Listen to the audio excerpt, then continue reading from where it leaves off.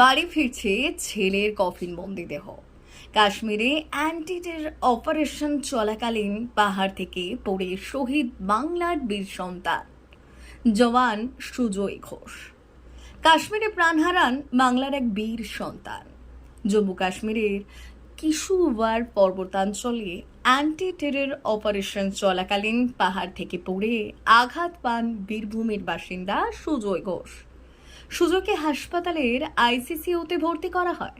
হাসপাতালে প্রাণপণ লড়ছিলেন বীর জওয়ান সুজয়, কিন্তু আচমকাই ছন্দপতন। শুক্রবার শেষ নিঃশ্বাস ত্যাগ করলেন বাংলার গর্ব সুজয় ঘোষ। বীরভূমের রাজনগরের কুন্ডিরা গ্রামে নেমে এসেছে শোকের ছায়া। জানা যায়, সোমবার থেকে নিখোঁজ ছিলেন বীরভূমের রাজনগরের কুন্ডিরা গ্রামের বাসিন্দা সেনা জওয়ান সুজয় ঘোষ।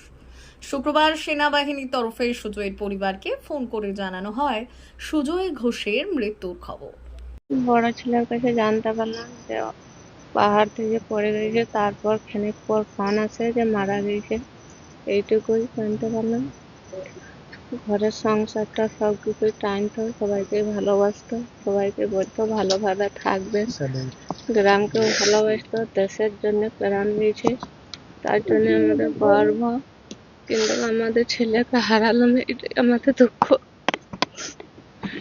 এটাই সবার কাছে। ছেলের স্বপ্ন কি ছিল?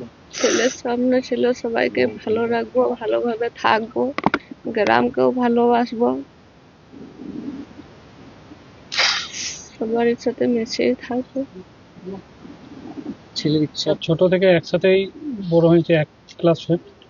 তো ছোট থেকে ওর ইচ্ছা ছিল আর্মিতে চাকরি করা।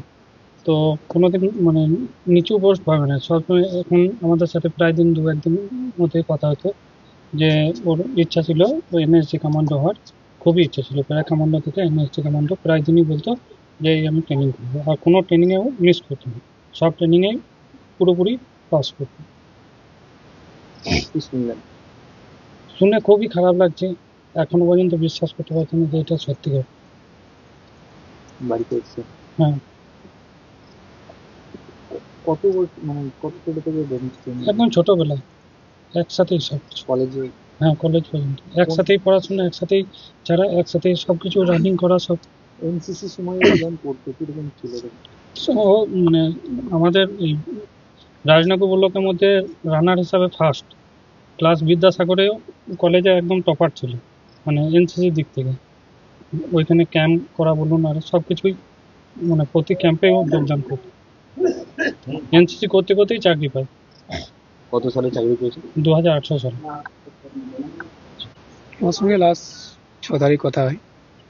6 তারিখ কথা হওয়ার পরে বলেছিল যে আমার ফোন এখন একটু উপরে যাবো, তো ফোনে কোনো নেটওয়ার্ক থাকবে না। তো এরকম মাঝে মাঝে বলতো আর কি, মাঝে মাঝে হতো।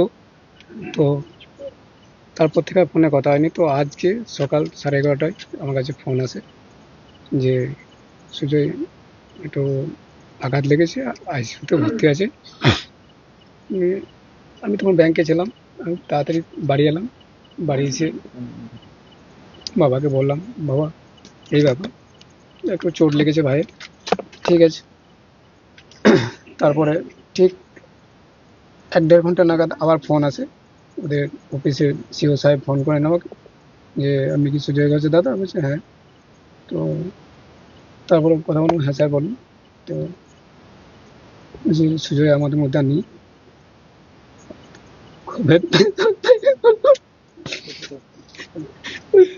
শুনে আমার খুব ইয়ে হলো।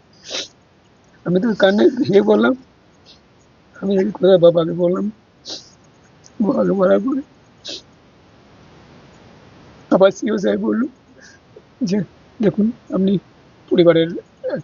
পরিবারকে একটু ইয়ে করুন, আমি নেক্সট আবার ফোন করছি। তারপরে আবার একবার ফোনে কথা হলো, কখন কি আনা হবে কি হবে না হবে এই ব্যাপারে এইটুকু আমার সাথে কথা হয়েছে। কোথায় পোস্টে ছিল?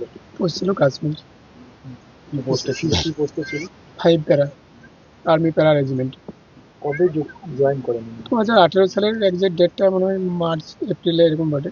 2018 মার্চ এপ্রিলে। সিভি বিদ্যাসাগর কলেজে? হ্যাঁ, সিভি বিদ্যাসাগর কলেজে পড়তো। সেকেন্ড ইয়ারের ছাত্র ছিল।